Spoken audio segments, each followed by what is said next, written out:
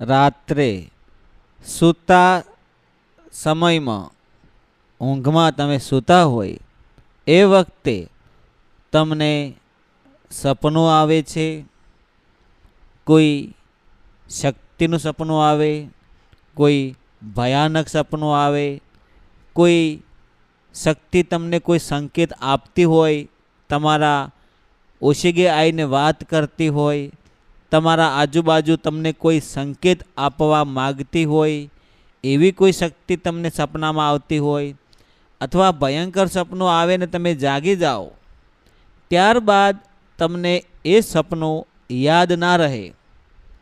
આવા પ્રશ્નો ઘણા લોકોના છે. સપનું આવે છે, કોઈને કોઈ શક્તિ વાત કહી જાય છે, અથવા સપનામાં એમને એવા ચલચિત્રો દેખાય છે કે જે હકીકતમાં થઈ ગયા છે કાં પછી થવાના હોય, પણ જેવા એ ઊંઘમાંથી જાગે અને સપનું તૂટી જાય તો એ સપનું યાદ રહેતું નથી, અથવા યાદ રાખે તો સવાર પડતા પડતા એ સપનાને ભૂલી જાય છે. આવા ઘણા બધા લોકોના પ્રશ્ન છે કે સપનું યાદ રહેતું કેમ નથી. રાત્રે ઊંઘમાં સપનું આવે છે પણ સવારમાં યાદ રહેતું નથી. મિત્રો, સ્વાગત છે તમારું મા વંદના યુટ્યુબ ચેનલમાં.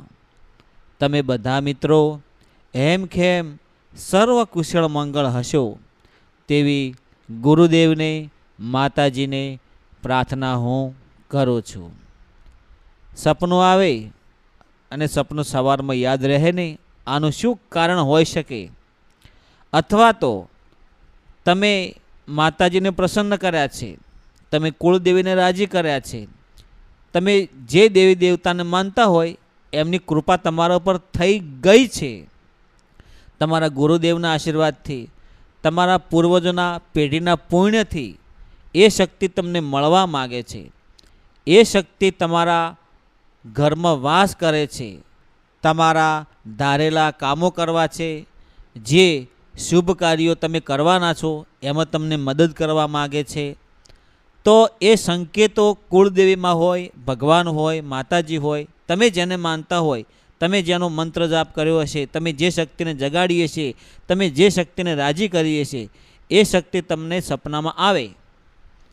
હવે સપનામાં આવે અને તમને બધું જ ચલચિત્ર સ્વરૂપે તમને દેખાય પણ યાદ રહે નહીં. તો આનું શું કારણ હોઈ શકે?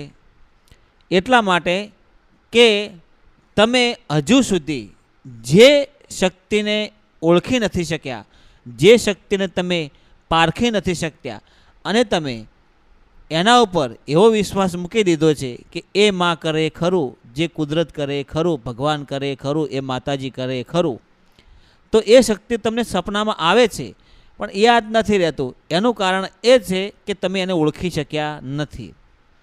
તો તમે એમાં પારંગત બનો, એમાં તમે એને ઓળખો અને એ શક્તિનું એવું ભજન કરો, એનું રટણ કરો, એવો રામ રામ એના નામના મંત્ર જાપ કરો કે એ શક્તિ તમને સામેથી આવીને વાત કહી જાય અને તમને યાદ રહે.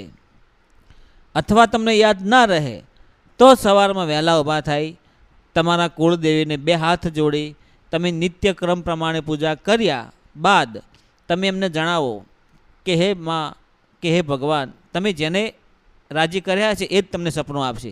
અને સવારમાં તમે એમને જણાવો કે મને આ સપનું તમે આપ્યું પણ મને કશું યાદ રહ્યું નથી.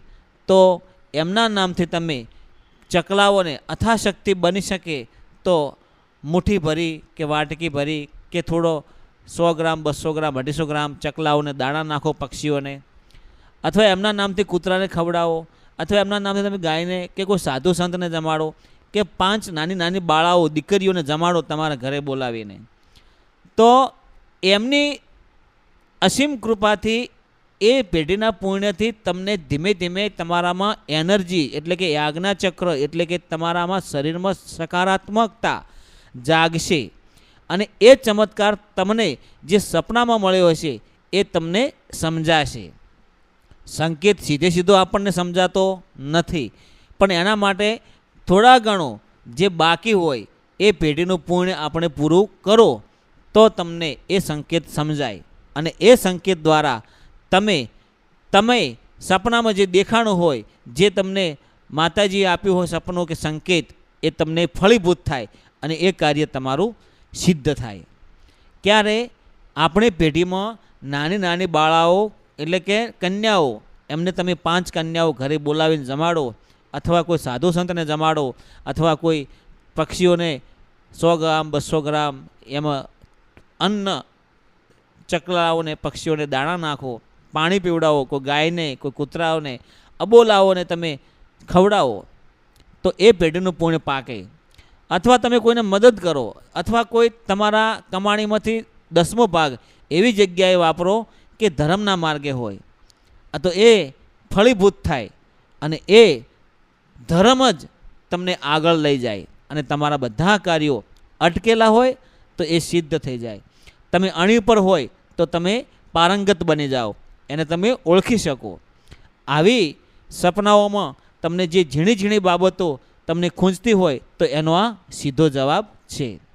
મિત્રો, જ્યારે સપનામાં ભયંકર સપનું આવ્યું હોય તો એ સપનું તમને શું સૂચવે છે કે તમારા સાથે વર્તમાન પછી ભવિષ્યમાં કંઈ બનાવ બનવાનો હોય તો તમે સચેત ચેતન થઈ જજો, અથવા તમે માતાજીના નામથી કોઈ બની શકે તો ધર્મ કરજો જેનાથી એ વિઘ્ન ટળી જાય.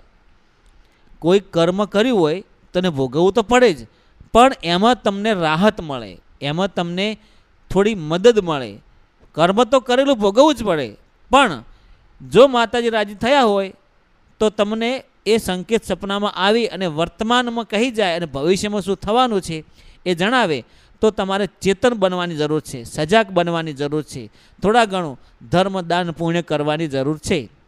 તો તમને થોડા ઘણું રાહત મળે અને તમે તમારા કર્મમાં આગળ વધો.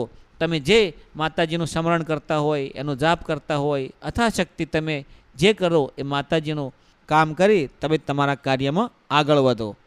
તમે જે ધંધો મજૂરી વ્યાપાર નોકરી કરતા હોય એ તો કરો જ, પણ સાથે સાથે બની શકે તો પેઢીનું પુણ્ય કરતા રહો એવી હું આશા રાખું છું. જય ગુરુદેવ, જય માતાજી.